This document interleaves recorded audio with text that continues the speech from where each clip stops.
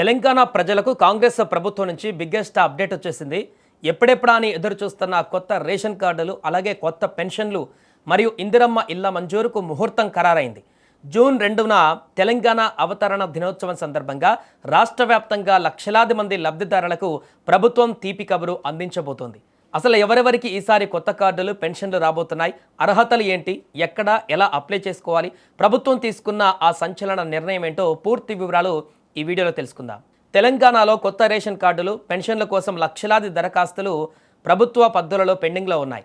ఈ నిరీక్షణకు తెరదించుతూ రాష్ట్ర అవతరణ దినోత్సవమైన జూన్ 2వ తేదీ నుంచి కొత్తగా 2 లక్షల మందికి పెన్షన్లు మంజూరు చేయబోతున్నట్లు మంత్రి గడ్డం వివేక్ అధికారికంగా ప్రకటించారు. గత 10 ఏళ్ల బీఆర్ఎస్ హయాంలో అర్హులైన వారికి పెన్షన్లు, రేషన్ కార్డులు సరిగా అందలేదని, తాము బడ్జెట్లోనే దీనికోసం ప్రత్యేకంగా నిధులు కేటాయించామని ఆయన స్పష్టం చేశారు. అంతేకాదు, ఎవరైతే దరఖాస్తు చేసుకుని వెయిట్ చేస్తున్నారో వారందరికీ జూన్ 2న ఒక పండగ రోజు కాబోతోంది. ప్రస్తుతం తెలంగాణలో దాదాపు 42 లక్షల మందికి పైగా ప్రజలు ఆసరా లేదా చేయుత పెన్షన్లు పొందుతున్నారు. ఇప్పుడు కొత్తగా మరో 2 లక్షల మంది ఈ లిస్టులో చేరబోతున్నారు. 2026-27 ఆర్థిక సంవత్సరానికి గాను ప్రభుత్వం ఈ నిధులను గ్రీన్ సిగ్నల్ ఇచ్చింది. మరి ఎవరెవరికి ఈ పెన్షన్ వర్తిస్తుంది అంటే వృద్ధులు, వితంతువులు మరియు ఒంటరి మహిళలు, చేనేత కార్మికులు, గీత కార్మికులు, అలాగే హెచ్ఐవి బాధితులు మరియు దివ్యాంగులు. సో వీరికి కూడా వచ్చే అవకాశం ఉంది. ప్రస్తుతం రాష్ట్రంలో వృద్ధులు, వితంతువులకు నెలకు 2016 రూపాయలు ఇస్తుండగా దివ్యాంగులకు అత్యధికంగా 4016 రూపాయలు అందిస్తున్నారు. అయితే కాంగ్రెస్ తన మేనిఫెస్టోలో పెన్షన్ అమౌంట్ను 4000కి పెంచుతామని హామీ ఇచ్చింది. దీనిపైన కూడా త్వరలోనే స్పష్టత వచ్చేటువంటి అవకాశం ఉంది. ఇక పెన్షన్ల కంటే ఎక్కువగా ప్రజలు ఎదురు చూస్తుంది కొత్త రేషన్ కార్డుల కోసం. ఎందుకంటే రేషన్ కార్డు ఉంటేనే ప్రభుత్వ పథకాలన్నీ వర్తిస్తాయి. దీనిపై ప్రభుత్వం ఒక విప్లవాత్మక నిర్ణయం తీసుకుంది.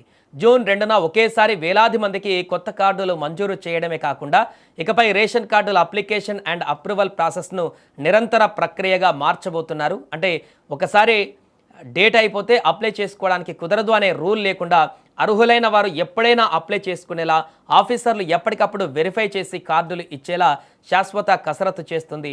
దీంతో పాటు పేదవాడి సొంతింటి కల నిజం చేసే ఇందిరమ్మ ఇళ్ల పథకం పైన కూడా మంత్రి కీలక అప్డేట్ ఇచ్చారు. ఇప్పటికే మొదటి విడతలో మంజూరైన ఇళ్ల నిర్మాణాలు రాష్ట్ర వ్యాప్తంగా పూర్తవుతూ గృహ ప్రవేశాలు జరుగుతున్నాయని తెలిపారు. ఇక లబ్ధిదారుల డిమాండ్ మేరకు 2వ విడత ఇందిరమ్మ ఇళ్ల మంజూరు ప్రక్రియను కూడా వచ్చే జూన్ నెలలోనే ప్రారంభించబోతున్నారు. ఇల్లు లేని పేదలకు ఇది నిజంగానే డబుల్ ధమాకా అని చెప్పాలి. మరి ఇప్పటి వరకు పెన్షన్ కానీ, రేషన్ కార్డు కానీ రాని వారు ఏం చేయాలి? ప్రభుత్వం దీనికోసం ప్రత్యేక మార్గాలను ఇచ్చింది. మీ పరిధిలోని గ్రామ సభల ద్వారా లేదా జిల్లా కేంద్రాలలో హైదరాబాద్లో జరిగే ప్రజావాణి ప్రోగ్రాం ద్వారా నేరుగా దరఖాస్తు చేసుకోవచ్చు.